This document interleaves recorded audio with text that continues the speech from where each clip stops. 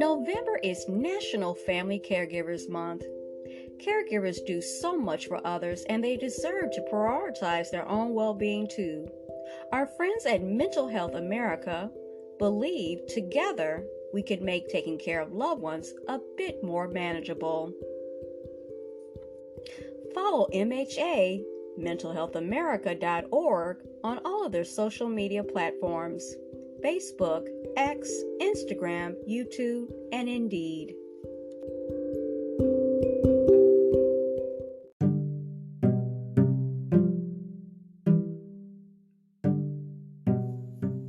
This is Teachable Moments with April podcast, and you guessed it, I'm your host, April. If you're a returning listener and a part of the Teachable Moments with April podcast family, welcome back. For those who are checking me out for the first time, well, hello and welcome. To everyone listening, be encouraged and look for the teachable moments that are all around us. Enjoy. The following episode is pre-recorded.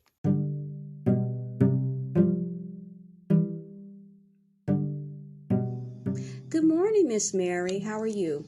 I'm good, April. How about yourself? I'm good. So, what would you like to talk about this morning? I would like to talk about my doctor visit on, I believe it was Thursday. Okay. It was a video visit. Mm-hmm. And I had the tendency to get pretty frustrated with my nurse practitioner, although they call her a doctor, but she is a nurse practitioner. Mm-hmm. And I got pretty upset. Well, we usually click pretty good talking because I know she ain't going to get nothing done. But she was like on a rampage on the video, and I cut her off, and I got pretty loud, so I have to pray for forgiveness for doing such a thing. I know better, but I just couldn't take it anymore. I'm imperfect, and I only can go so far. Being that I'm a senior citizen, I am blessed by the best. I can move around, cook, clean. I can do the same things I've always done for myself. I might be at a slower pace now. I have to pace myself. I can't go a full 8 to 10 hour nonstop. I have to slow down a little bit and rest and then go back. But I was talked to as if she didn't hear me what I was saying, and I've been with Oak Street Health for 3 years.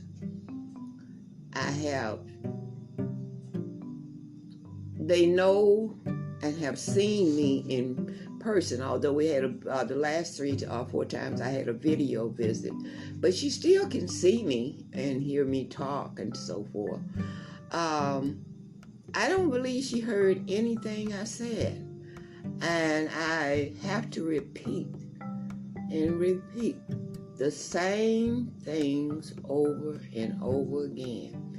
For example, at my age, when I turned age 60, I told every doctor, no more mammograms. At age 50, I said, no more colonoscopies. I got the feeling that over these last 3 years, I'm being pressured into, you're a bad patient if you don't do these things. I don't want them. I have a right not to do it. I know you're supposed to follow your doctor's instruction. And a simple thing is that being a diabetic, Dr. Mel practice, he changed my metformin from once a day to twice a day.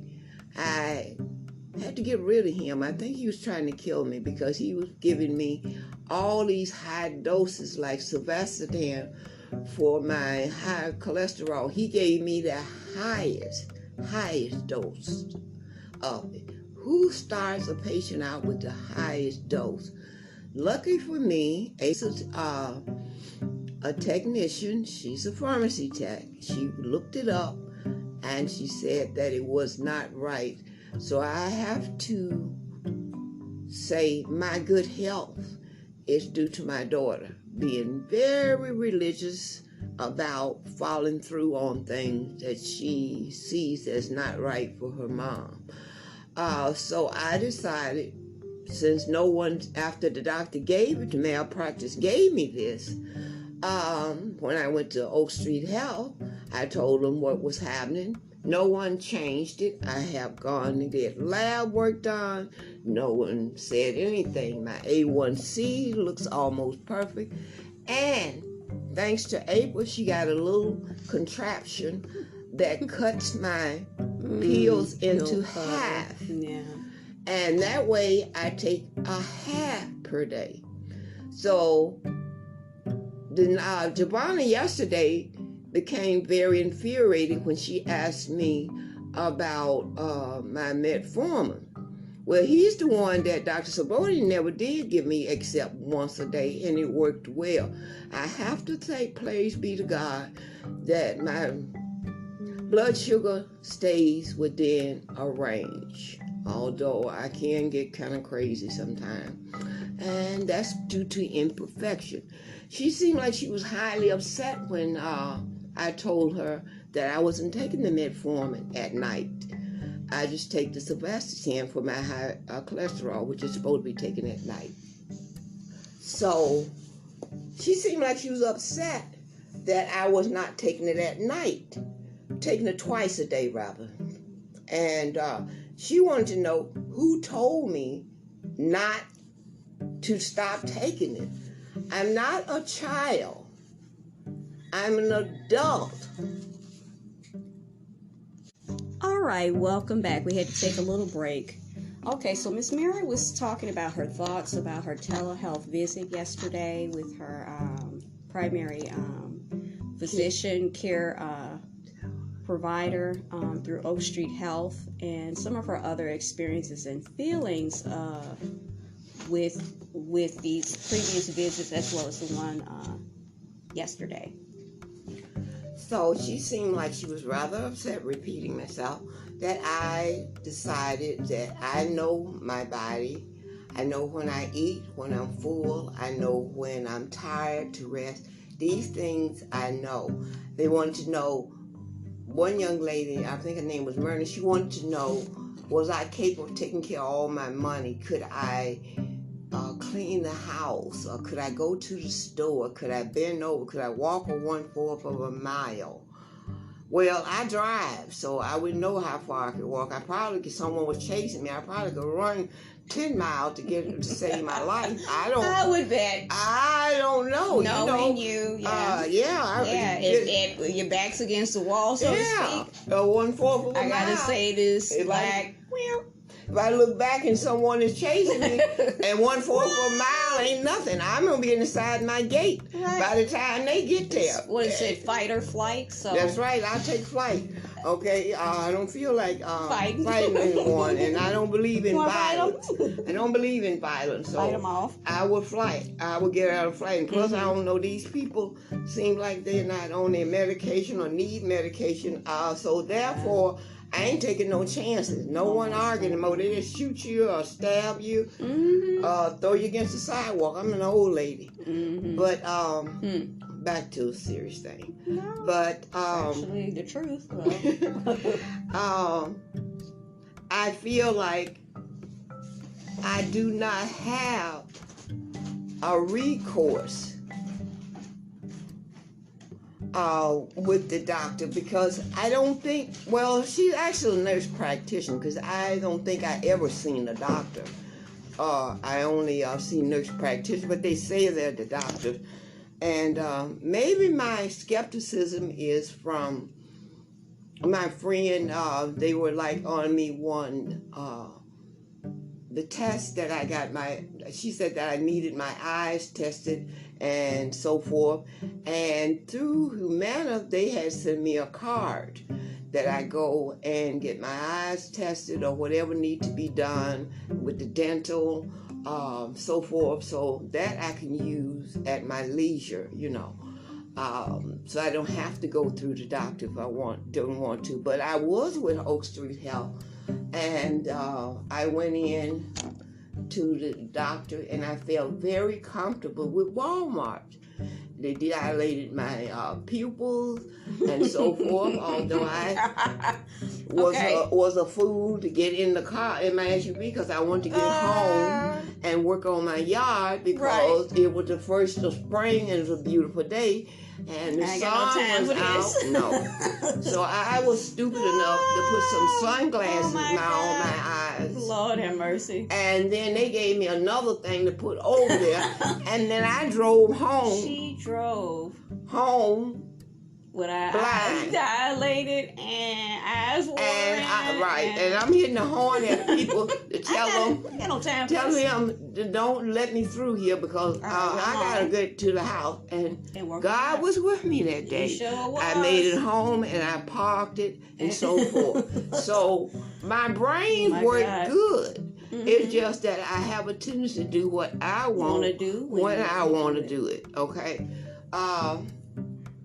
I felt like I was being judged by demographics. Mm-hmm. I was asked, was I Afro-American, which I filled that out when I first went there. I'm not a new patient. I went there in, I believe, November of 2019. So this makes sense why that's always they pick visits throughout or screenings, but they always pick this month for you to meet with them, whether it's virtually or in person. Makes sense. I didn't realize that. Yeah, it was November of 2019. I don't think that not one person in that place know me. No one ever thought to try to get to know me. When I go to the clinic, it's very depressing. There are people there with serious problems, can't get out of wheelchairs. The wheelchair's broke. They telling them they gonna get them another one. Me, I'm standing around looking and going from one place to the other. I am truly blessed. I have my bad days, and it's very hard for me because I'm very active. But I have my bad days, but basically there are people that really, really need your help. And I'm not one of them. When I went in, I made it very clear. I need a place where I can get my medication filled, because they're making it very difficult for me. I do have musculoskeletal problems as well. So, she said she needs to check my bone structure. What do I do about pain for my arthritis? I had a pain medication they gave me, which I didn't take the whole one of those. I used to cut them in half and take one. So they took that away from me. And now I'm taking Tylenol. Well, she asked me, how's that working? Well, if it doesn't work and you will not give me anything for the pain, I just have to deal with the pain. Maybe there's something wrong with me. What do? Do you have anything that you could give me for the pain of my arthritis or my musculoskeletal problem? It's never anything to deal with the here and now and what is going on with me. My daughter is a herpetologist. She believes in herbs, vitamins. She's like her great-grandmother, and I have nothing against her, which was Native American. She works out things well. And her motto is, I'm trying to keep us alive. Keep us alive. Keep us. Okay. And she is doing a heck of a job. When I'm flat on my back and just lay there, she will find something that will get me up. My doctor doesn't get me up, or they don't call me, because they said when you call it on there, they said if you're having any problem, go to the emergency room. Yeah. Therefore, I would like to know then, why am I supposed to come there if you tell me to go to the emergency room if I have a problem? Why am I coming in there? Why can't you just continue to give me my medication? Right. And if I have a problem, me or my daughter will contact you and ask you, where do I go from here, or what should I do? There is never any answers to anything, no suggestion. My blood pressure been raging for the last month, but it's been a very, very stressful time this last month. Well, starting in June, I would say it started with stress thing, and it's been like that from the flood to everything you can name could go wrong, did go wrong. But God seen me through that. But what I don't understand is you seem to want to get me to take all these tests for things that has not happened, and who says it's going to happen. I need you to work with what is going on with me now. What type of diet are you on? We have a diet sheet here for you. She wanted to know, was my citalopram working? Oh, it's okay. How would I know whether it's working or not? Do you get depressed? Who in this world don't get depressed? There were no answers. Well, do you go to so-and-so? Nothing of this thing. Do you get depressed? Yes, everyone gets depressed at some time. End of story. Goes back to taking these tests. I'm sorry. Wow. Why are you asking me these questions? Is it just something you have in front of you, have to ask these questions because of Medicare, and you really don't care? You're just asking because it's part of your job. I could talk all day about this, but right now, I'm sure my April has some comments. Of course, I always have questions. Which is good. Okay, so I don't want to be yet another person asking you questions. Well, I'm doing the podcast. It's part of asking questions. It is definitely in line for asking questions here. Right. But they're just asking me off the top of your head about, did you fly over the moon today? No, I didn't. Okay. Oh, okay. All right. So I'm going to try to be brief, but that may be because I have so many questions and I have some things to say. Okay. I understand that I understand, even though I've never worked in a hospital, I volunteered for a short period of time throughout, whether it be in the pharmacy. I did that. I volunteered for a short period of time at a particular hospital, the same hospital actually way in the past, to gain experience working in a pharmacy, although it was a hospital setting, like I said. And then I also later down the line, because Miss Mary worked, her studies are extensive in the medical field, but primarily is medical records. So I volunteered for about a year, more like 2000 and I don't know what year, 7 or 8 or whatever, to that effect or whatever. And I don't know, I guess I was always interested in it, and my mother talking about it and coming across her, books and studies and different things on coding and, and so forth and so on. So anyway, I just wonder, I know there's certain things that you have to do. And I don't know a lot about Medicare. I actually don't know a lot about billing and the whole business end of it either. So I get that they have to ask certain things. They have to make sure certain screenings. It comes with the territory. Just like what Miss Mary was saying. Miss Mary worked in healthcare for a long time in one capacity or the other. 42 years. So no, 20. But from my perspective, with Oak Street Health and possibly other similar, if there are other similar healthcare. I don't think they're alone. Okay, for people who service people who are older or a certain demographic, like what Miss Mary was saying, at what point do you adjust the business model and customize and tailor the healthcare per individual? I know you're going toward a certain demographic, and Miss Mary, you let me know if this makes sense based on that individual's needs and their wants. Do you think that they should do that at some point? I totally agree. I think from the first time the patient comes in, Right. something should be set up after they assessed what the patient's needs are. Mm-hmm. That it should be assessed by that, Mm-hmm. and not because you're from a certain demographic and you're a certain age and stuff. Mm-hmm. Because I forget things now. I'm not as sharp as I used to be, but I found it once I went into the clinic.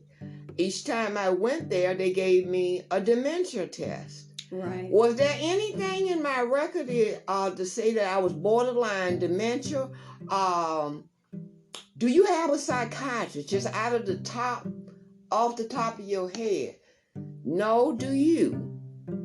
Maybe you could recommend one for me. And since you want to know about my mental capacity, do I come off as somebody that needs a psychiatrist? I'm not saying anything wrong with seeing a psychologist or a psychiatrist, but at least have some kind of flow in and say, from observing you and your demeanor or something that I did, have you ever considered seeing a psychiatrist, or do you see a psychiatrist?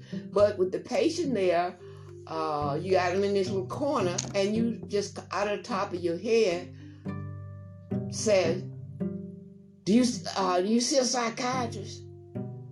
No. Do you? You were supposed to be doing my vitals. Mm-hmm. This is not the doctor. This is not a nurse. This is just a person pregnant, like she finna drop him on. And she had asked me, do I see a psychiatrist? Was she drawing your blood or something? No, that's the lab. She was just taking my weight, Mm-hmm. doing my weight and blood pressure, I believe it was. I think I remember you telling me about this, and we may have spoken about this before, and to put it into context is I think Miss Mary asked a question about her health care and something that they said that they had discovered, but they hadn't told Miss Mary until that particular visit. And when she asked the individual in question, her response, and she seemed agitated, is that correct, or annoyed, and asked my mother, Miss Mary, if she was seeing a psychiatrist. Right. And so Miss Mary responded and asked her, was she seeing one? Right. And it was not received well by this particular individual. And I found it to be very disconcerting that if someone is asking, you've told them something that was pretty serious. I can't remember what it was. It had something to do with her possible Miss Mary has cardiovascular issues, as muscular skeletal, is that? And they had not let her know. They hadn't let her know until that moment, and it was pretty serious. She said. I believe it was. I was asking her about when she told me that I had an enlarged heart. Oh, that's what it was. I believe it was that they had an enlarged heart. Hadn't said which anything. I had never heard that I had an enlarged heart. I had the world's #1 doctor, Dr. Saborian. She never told me. She said I had cardiovascular disease, which I know, I live with it, and so forth. But hers came from I had been tested. Right. At West Suburban Hospital and at Loyola, that I had problems with that. And then I'm in the doctor's office, and that my life is not going to revolve around the doctor's office. She walks up in my face, that's right, and tells me, you have you have an enlarged heart. And then you simply just asked, you repeated, I have. How did you know I have? I do. I do? How did you know I have an enlarged heart? It's in your record, you have an enlarged heart. Okay. What record? Okay. And I kept asking questions about this enlarged heart, because Right. a enlarged heart is nothing to play with. That was about 3 years ago. Okay. And I came home. I was so depressed. I said, well, I just like to wait for the wagon to come get me. Did she, to your to the best recollection that you have, so did she answer any of the questions after that statement was made? She didn't even talk to me. After that, she left out of the room and left me for the doctor, for the nurse practitioner. She never answered no questions. You worked in a healthcare setting. Is this, how does this strike you as, because you're from both perspectives, as a patient, and then you've been on the other side of it, right, of working in many capacities. I find that to be disturbing. What do you think? I find that, is that how we carry out? I don't get. I don't get it. In the capacity I worked in medical records, most of it, because that's what I went to school for. And then I went to preventive medicine and epidemiology, and then from there from occupational health. Right. Okay. And I would have lost my job that day if I had responded to a person in that way. All they had to do was mention to my supervisor, another person that worked with me, and it would have been dealt with. I were in shock, and no one said anything else about my enlarged heart. Now, yesterday, the nurse practitioner that called me, Joanna, she said that she wanted me to get an ultrasound of my heart. And I sprang out. So that was 3 years ago for the enlarged, they gave me about my enlarged heart. Okay, now you done waited 3 or 4 years, and you now tell me I need an ultrasound done. Why didn't anyone follow up with me back then with this enlarged heart thing? Why? Why you wait 40 years and dug back in my records and start talking about me getting an ultrasound, and I flatly out refused? I am not getting an ultrasound done because it seemed like you want to see something on paper, but you really don't care about me, because if you felt I had an enlarged heart, when did you get this information? Who gave me the test at your facility to see the cardiovascular now is turned into an enlarged heart? We need to get her tested now. 4 years later, you sitting here talking to me about this, and I became furious.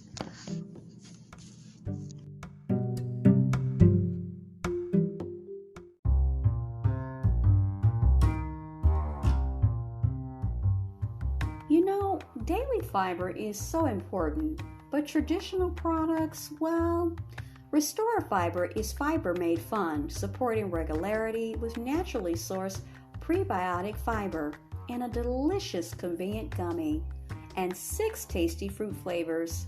Fiber made fun, choose Restore Fiber.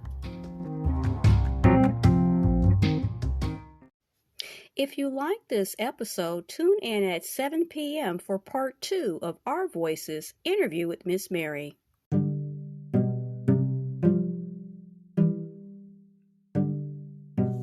You were just listening to Teachable Moments with April podcast. I truly hope you enjoyed this episode. We invite you to stay connected with us on the other social media platforms of ours, which is TikTok, Pinterest, Instagram, Threads, and YouTube. Also, we'd like to invite you to check out our official podcast landing page on podpage.com/teachable moments with April to see all our content in one place and leave personal messages, feedback, and more.